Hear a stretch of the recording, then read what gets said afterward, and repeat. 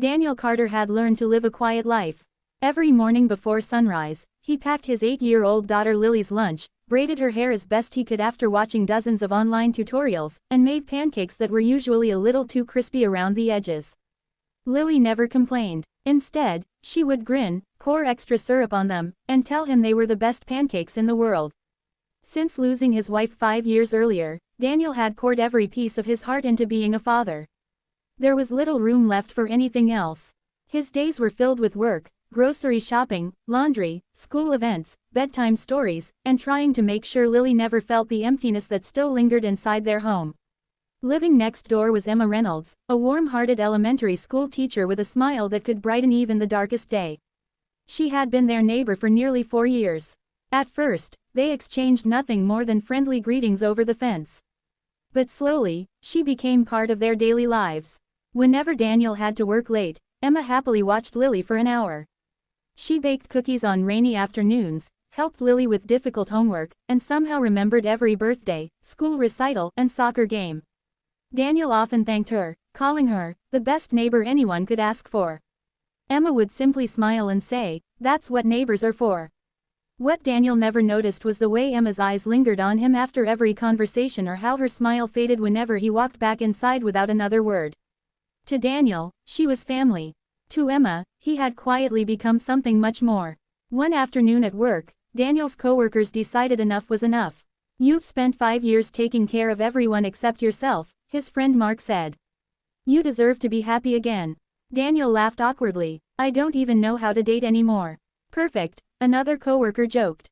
"That's why we're setting up a blind date." Daniel refused 3 times. By the 4th attempt, everyone in the office had already made the reservation. Reluctantly, he agreed. That evening, after dropping Lily at her grandparents' house, Daniel adjusted the collar of his blue shirt in the car mirror. He felt completely out of place. His palms were sweaty, and he seriously considered driving home. As he walked toward the small neighborhood cafe, he took a deep breath and reminded himself that there was no harm in trying. Just as he reached the entrance, the cafe door opened. Emma stepped outside carrying 2 cups of coffee. She stopped in her tracks when she saw Daniel dressed more formally than usual. "You look nice," she said with a warm smile. Daniel rubbed the back of his neck. "Thanks. I'm actually meeting someone." Emma tilted her head. "Oh," he smiled nervously. "It's a blind date. My coworkers wouldn't take no for an answer." For a split second, the smile on Emma's face faltered. She quickly hid the hurt behind another polite smile. "I hope it goes well," she whispered. Daniel thanked her, completely unaware of the quiet heartbreak hidden behind her eyes. He walked into the cafe, never looking back. Emma stood alone on the sidewalk, clutching the warm coffee cups a little tighter as she watched the door close behind him. For the first time in years, she wondered if she had waited too long to tell him how she truly felt. Daniel and Rachel walked out of the cafe together just as the evening sky turned shades of orange and purple. The air was cool, and a gentle breeze carried the scent of blooming flowers from the nearby park. Rachel smiled kindly. "I had a nice time." "So did I," Daniel replied honestly. She hesitated before continuing. "But I don't think you're ready to start something new." Daniel lowered his eyes. "I'm sorry." "Don't apologize," Rachel said. "Sometimes our hearts know the truth before our minds do." She gave him a friendly hug, wished him the best, and walked toward the parking lot. Daniel watched her leave, grateful for her understanding but feeling strangely unsettled. As he turned toward his car, he noticed a familiar figure sitting alone on a park bench. Emma. She was staring at the fountain in front of her, completely lost in thought. Daniel slowly approached. "Emma." She looked up, surprised. "Oh, hi." He noticed the second coffee cup beside her. "Were you waiting for someone?" Emma glanced at the untouched cup before giving a faint smile. "I guess I was." Daniel sat beside her. For a few moments, neither of them spoke. The silence wasn't uncomfortable. It was the kind of silence shared by people who had known each other for years. Finally, Daniel broke it. "You seemed upset earlier." Emma took a deep breath, trying to hold back the emotions she had buried for so long. "I told myself I wasn't going to say anything." "Say what?" She looked down at her hands. "For years, I convinced myself that you needed time. I knew how much you loved your wife, and I respected that. I never wanted you to feel pressured or guilty." Daniel listened quietly. "I watched you rebuild your life," Emma continued. "I watched you become an incredible father. Every birthday party, every school event, Every little moment with Lily made me admire you even more." Her voice began to tremble. "I kept thinking that one day, maybe you'd look at me differently." Daniel's heart began to race. Emma slowly turned to face him. Tears filled her eyes as she whispered the words she had carried in her heart for years. "Why not me?" The question hung in the evening air. Daniel was speechless. Emma quickly wiped away a tear and forced a small laugh. "I'm sorry. That probably sounds ridiculous." "No, it isn't fair," she interrupted softly. "You never promised me anything. You never gave me false hope." She looked toward the fountain again. "I just couldn't watch someone else get the chance I always dreamed about." Daniel remembered every act of kindness she had shown, bringing homemade soup when Lily was sick, fixing Halloween costumes at the last minute, cheering louder than anyone at Lily's soccer games, and always making their little house feel less lonely. He had accepted it all as simple kindness. Only now did he realize those moments had been quiet expressions of love. Emma stood up. "I shouldn't have said anything." She picked up the untouched coffee, smiled sadly, and turned to leave. Before she could take another step, Daniel gently reached for her hand. "Emma," she stopped but didn't turn around. For the first time in years, Daniel understood that the person who had been standing beside him through every difficult chapter of his life had never been just a neighbor. She had been patiently waiting, hoping that one day he would finally see what had been in front of him all along. Emma slowly turned around, her eyes still glistening with tears.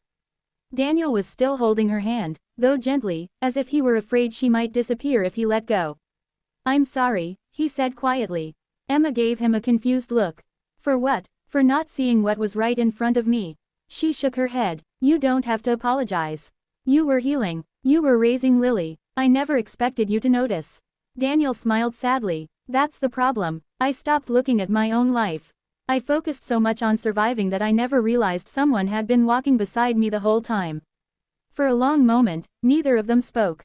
The evening breeze rustled the trees, and the sound of the nearby fountain filled the silence. Finally, Daniel asked, "Would you be willing to give me a chance?" Emma searched his face, wanting to be sure he wasn't speaking out of guilt or sympathy. "I don't want you to choose me because you feel sorry for me," she said honestly. "I'm not," Daniel replied. "Rachel helped me realize something tonight. My heart wasn't at that table. It kept wondering why seeing you walk away hurt so much. I finally understand why." A small smile appeared on Emma's face. The following Saturday, Daniel invited Emma to join him and Lily for a picnic at the neighborhood park. Lily's eyes lit up the moment she saw Emma carrying a basket filled with homemade sandwiches and cookies. "Miss Emma," Lily shouted as she ran into her arms. "I made your favorite chocolate chip cookies," Emma said. Lily laughed. "I knew you would." The three of them spent the afternoon playing catch, feeding ducks by the pond, and sharing stories under the shade of a large oak tree. Daniel couldn't remember the last time he had laughed so freely. Watching Emma help Lily fly a colorful kite, he realized something that had escaped him for years. Emma had never tried to replace anyone. She had simply loved them both with patience, kindness, and quiet devotion. As the sun began to set, painting the sky with shades of gold and pink, Lily wandered off to collect pretty stones near the path. Daniel looked at Emma. "Can I tell you something?" She nodded. "I spent years believing I had to find a completely new future. But maybe I didn't. Maybe the future I needed had been living next door all along." Emma smiled through happy tears. "You really mean that?" "I do." He gently took her hand again. "I can't change the years we lost. But I'd like to spend the years ahead making new memories, with you, if you'll let me."